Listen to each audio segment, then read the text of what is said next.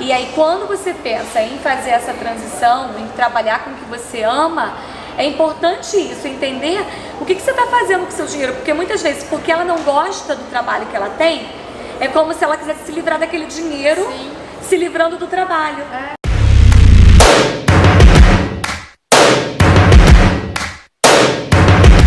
Então eu falo sempre que são duas coisas: você entender onde você pode reduzir por um período, não é que você vai reduzir para sempre. Ai meu Deus, eu nunca mais vou ter 2 carros na minha vida.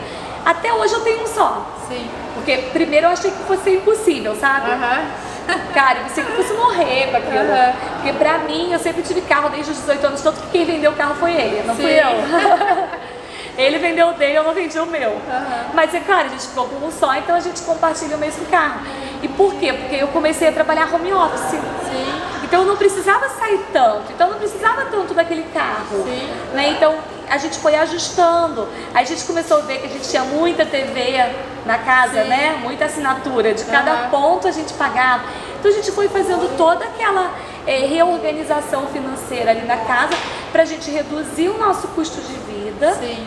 E para que a gente pudesse passar por essa fase de transição. Então eu me dei esse tempo. Legal. Sabe, eu acho que isso é importante, que muitas vezes a pessoa, ela quer queimar a ponte, né, como, sim, a gente fala. Sim. Vou largar tudo porque eu tenho uma reserva. Mas faz esse planejamento de reduzir o teu custo de vida também, para que você tenha mais fôlego na tua reserva. Legal. Não, e é muito bacana a Aline falar isso, porque duas coisas, Aline. Primeiro, que eu sempre falo para os meus clientes, que é o padrão de vida é o quanto tu usufrui. Sim. Né? Não é o que tu tem ou o que tu faz, é o quanto tu usufrui. Sim. Então, por exemplo, tu pode continuar indo num restaurante, sim, bacana que tu gosta, pegando um cupom de desconto no aplicativo que tem no celular, você vai fazer o mesmo programa do mesmo jeito, mais barato. Sim, e reduz às vezes. Né? Então se a gente ia, aconteceu isso com a gente. Sim. Se a gente ia todos os domingos, por exemplo, né, a gente costumava, todo dia quando a gente saía da igreja, a gente ia pro shopping e a gente tinha esse costume, sim, de ir jantar no shopping todo domingo depois que saísse da igreja. E aí a gente falou, não, então vamos fazer o seguinte, ao invés de todos os domingos, a gente vai 2 vezes no mês. Perfeito. 50%, né? Redução de 50% e sem dor. Sem dor. E aí nos outros domingos não vai? Aí a gente chamava os amigos e ia pra casa, né? Então uma vez eles iam lá pra casa, outras vezes a gente ia pra casa deles, e aí pede uma pizza, perfeito, e aí conversa e brinca do mesmo jeito, e isso foi importante, sim, né, pra poder a gente não gastar tanto naquele momento. Sim. Né? Então se viajava todo final de semana, ou viajava todos os meses pra praia, né? Não, então a gente não vai todos os meses. Sim. Né? Então a gente vai de 2 em 2 ou vai de 3 em 3. Então só nesses ajustes a gente abre mão de parte, sim, daquela vivência por um período, não é pra vida toda, né? Exato. Depois as coisas voltam ao normal. Exato. Né? E assim, acho que eu falo muito também que se você tem um porquê, né? Você sabia onde vocês queriam chegar. Você, na verdade, não tá abrindo mão, você só tá tomando uma decisão que vai te deixar mais perto do teu objetivo, sim, né? E depois você volta a fazer tudo que você queria fazer. Então. E aí depois você analisa se você volta ou não. Foi o que eu te falei, né? Esse meu processo vai fazer 4 anos e no final do ano faz 4 anos, né? E até hoje a gente continua com um carro só. Sim. Porque naquele momento a gente falou assim, vamos ficar assim com um carro só por um período. Sim. E aí a gente não sentiu necessidade de voltar. E outra coisa que aconteceu, a gente trocava de carro. Então todo ano, de 2 em 2, a gente trocava o carro por um carro, sim, zero. Sim. E aí a gente falou assim, não, então nesse período a gente não vai trocar o carro. Vamos continuar com o carro. E a gente não trocou e ficou tudo bem. Olha só. E aí hoje a gente analisa, vamos trocar o carro? Vamos. Mas é uma consciência diferente. Sim. Né? Será que agora faz parte trocar o carro? Só que a gente está planejando uma viagem, né? A gente viaja todo ano. Então a gente está planejando outra viagem além da que a gente já faz. Sim. Então agora tem uma a mais além do que a gente já faz. Sim. Então a gente começa a pesar na balança peraí, qual carro que a gente vai comprar para a gente não abrir mão da viagem, né? Então acho que assim, Gente, a vida é feita de escolhas. E tem muito cliente que fala assim, meu sonho é ter dinheiro para não precisar pensar no que eu tenho que fazer com ele. Eu falei, então você não vai ter nunca. Isso não existe. Você sempre vai ter que fazer escolhas. Sempre. Mesmo que você seja milionário. Bilionário. Gente, um bilionário tem que fazer escolhas, não tem, Andressa? Exato, sempre. Não dá pra ele comprar tudo. Seja do investimento que ele vai fazer. Até do carro que ele vai comprar. Porque não adianta, ele não pode comprar 10. Não porque falta dinheiro, é porque não faz sentido, né? Ele não vai ter onde colocar, mas é que ele seja colecionador, né? Exatamente. Você tem que fazer escolha, não adianta. Aline, uma coisa legal também, eu fiz uma pesquisa recente, não sei se todo mundo sabe, mas 60% das mulheres que responderam essa pesquisa não trabalham com o que amam e não dão o passo da mudança por insegurança financeira. Sim. E você deu esse passo, né? Assim como eu também, eu gerei a mudança na minha vida. E a segurança financeira foi muito importante para mim, para eu poder dar esse passo. Como que foi isso para você? E como que você trabalhou esse lado de ter segurança financeira, né? O que você fez para que você conseguisse dar esse passo? Tá. Uma coisa importante foi reduzir os gastos e ter a reserva. Então você sabe, bem, por X meses eu vou poder receber menos na profissão que eu amo, porque eu estou abrindo mão disso. Então, ter a reserva e reduzir gastos. Isso é muito importante. E a segunda coisa é você começar paralelamente. Perfeito. Porque quando você não começa, é como se ficasse muito distante. E quando você começa, você fala assim, nossa, comecei. E aí tem uma tática que eu uso, tá? Uma estratégia que eu ensino para os meus alunos. Às vezes, Andressa, vamos imaginar que você, no seu trabalho que você tem hoje, você ganha 10 mil. Só que você gasta os 10.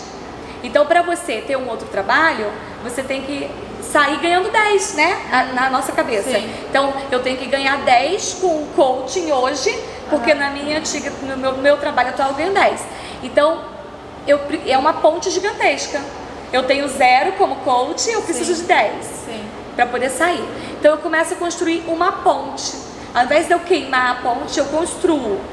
Então, por exemplo, eu ganho 10, mas eu comecei a trabalhar como coaching paralelamente e agora eu ganho 1. Então aqui já é 10 e aqui é 1. Não é mais 0. Só que esse 1, ele consegue pagar alguma conta sua.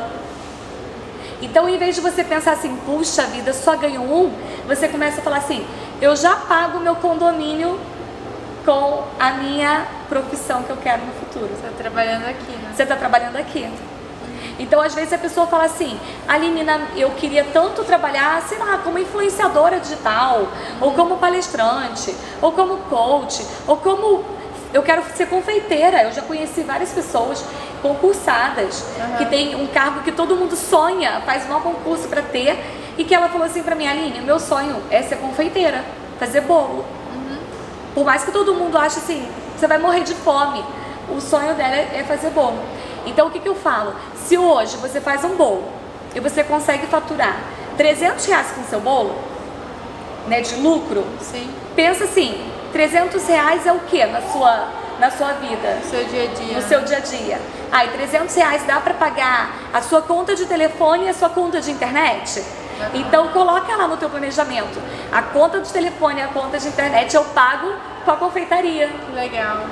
Porque aí você começa a dar importância. Porque o dinheiro em si, valor, não tem valor. Tem valor no valor que ele tem para sua vida. Então quando você pega isso de, nossa, com um trabalho que eu amo, eu já pago meu telefone e minha internet, pronto, ele já tem mais valor. E aí quando você aumenta, você fala, puxa, agora eu já consigo pagar telefone, internet e já estou conseguindo poupar para aquela minha viagem. Então eu vou fazer a minha viagem com o dinheiro da minha confeitaria que eu amo. Ou do coaching que eu amo. Ou, sabe? Então aquilo cria uma coisa mais... E muitas vezes a pessoa acha que porque é pouquinho, ela gasta, ela nem sabe com o quê. Aí ela fala assim, ai, mas com confeitaria eu ganho tão pouco. Dá pra nada, mixaria. Nossa, eu tenho certeza, né? você faz isso também, eu também faço, pega esses R$300, o exemplo que a Aline deu, coloca isso no investimento de, vamos botar a Selic aí, Sim. em torno de 6,5% ao ano, coloca isso em 10 anos. Ah, muita coisa, Meu né? Deus, é muito dinheiro. Então, assim, gente, e outra coisa que eu ouvi uma frase esses dias, estava estudando, que falava o seguinte, quando as pessoas não valorizam o dinheiro, né? Você não está desvalorizando o dinheiro, você está desvalorizando o seu tempo, Sim. a sua energia, o seu esforço para conseguir aquele dinheiro. Sim. Então, no fim das contas, você está desvalorizando você, sabe? Então, assim, R$1, 50 centavos que você tenha conseguido, que você tenha conquistado, é sim para ser valorizado. Sim. Né? Faz parte do teu caminho, tijolinho, né? E aí, quando você pensa em fazer essa transição, em trabalhar com o que você ama, é importante isso, entender o que você está fazendo com o seu dinheiro. Porque muitas vezes, porque ela não gosta do trabalho que ela tem, é como se ela quisesse se livrar daquele dinheiro, se livrando do trabalho. Né? Então, poxa, eu trabalhei tanto, foi tão sofrido, eu detesto aquele trabalho, veio esse dinheiro, eu vou gastar tudo. Aí eu compro uma bolsa que eu não tô nem aí, eu deixo meu dinheiro lá sem olhar, eu compro uma conta que... Porque eu não dou valor para aquele tempo. E pelo contrário, se você não gosta do que você faz, entende isso como sendo um recurso. Agradece. Nossa, que bom que eu tenho esse trabalho e que através desse trabalho eu posso estudar, eu posso criar a minha nova carreira. E eu vou valorizar o meu dinheiro, então eu vou gastar menos, eu vou gastar com o que é importante, para que eu consiga criar essa ponte. Então, crie essa ponte, vá fazendo uma escadinha, sabe? Vai construindo, porque às vezes a pessoa pensa assim, nossa, mas vai demorar tanto tempo. Mas se você construir, hoje você ganha 300, daqui a um ano você pode estar ganhando 3.000, daqui a 2 anos você pode estar ganhando 10. Vai depender do tanto que você vai colocar energia nisso. Perfeito. Né? Então, talvez você começou dedicando 1 hora do seu dia, daqui a pouco você vai conseguir 2, 3, 4, até você parar de fazer o que você faz e começar a fazer o que você ama. Né? Então, tudo faz parte de um planejamento, né? As pessoas querem que tudo caia assim, ó. Caiu pra mim. Descobri, fiz um processo de coaching, descobri a profissão que eu amo. Agora eu vou sentar e vou esperar ela chegar. Não vai funcionar, não vai. E é legal você falar isso da construção, porque eu fiquei olhando pra minha história, assim. Quando eu vi que eu não queria mais fazer parte do mundo corporativo, eu só tive mudança de resultado não só de performance no trabalho, mas de dinheiro no bolso. Quando eu entendi que primeiro eu fui grata àquele trabalho. E quando eu entendi que aquele trabalho que eu tinha no mundo corporativo, que eu sabia que não era o que eu queria para minha vida, era ele que ia me proporcionar a vida que eu queria ter. Ou seja, era aquele trabalho que ia me dar a renda e os conhecimentos necessários para eu começar em paralelo a construir a minha carreira como empreendedora e como coach. Então, é justamente isso, sabe? É isso mesmo. E aí, gente, meu ânimo para ir trabalhar aumentou, porque eu tinha um propósito por trás daquilo, que era a vida que eu queria viver. Aí você até trabalha melhor no trabalho que você nem gostava, né? Exato. Porque agora você tem um objetivo para aquilo, né? E foi o que aconteceu. Em 6 meses eu tive 2 promoções no trabalho, em meio a várias reestruturações, sabe? E você querendo sair e as pessoas te promovendo. Exatamente. Efeito colateral. Exatamente. Então isso é muito real. E, gente, outra coisa, eu não sei se vocês perceberam, mas em várias dicas que a Aline trouxe aqui, ela trouxe a importância do autoconhecimento e de trabalhar a nossa mentalidade. E isso, assim, eu falo com vocês quase que diariamente nas minhas mídias sobre a importância do autoconhecimento na construção da independência financeira, né?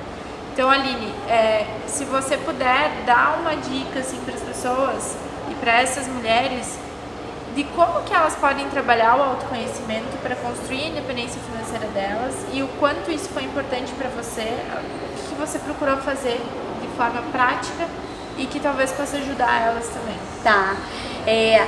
Primeira coisa é você entender que o que é importante para o outro pode não ser importante para você. Então, talvez você esteja tentando se enquadrar numa caixinha. Então, se alguém disse que o importante é roupa tal, marca tal, carro tal, escola tal. Então a primeira coisa é você entender que cada um tem uma prioridade. Então, de prática, faz uma lista com as coisas que são prioridades na sua vida. Pega agora um papel e anota 5 coisas que pra você é prioridade. Prática, coisa prática. E depois você vai pegar o que você está fazendo com o seu dinheiro e vai ver se você o que você está fazendo com o seu dinheiro está dentro dessas prioridades. Às vezes a pessoa para e olha, meu Deus, isso é prioridade, eu não estou fazendo nada por isso. Exatamente. Sabe o que acontece? Às vezes a pessoa fala assim, é prioridade para mim viajar com os meus filhos. Aí você olha e pergunta, mas quanto que você guarda por mês para fazer essa viagem? Nada.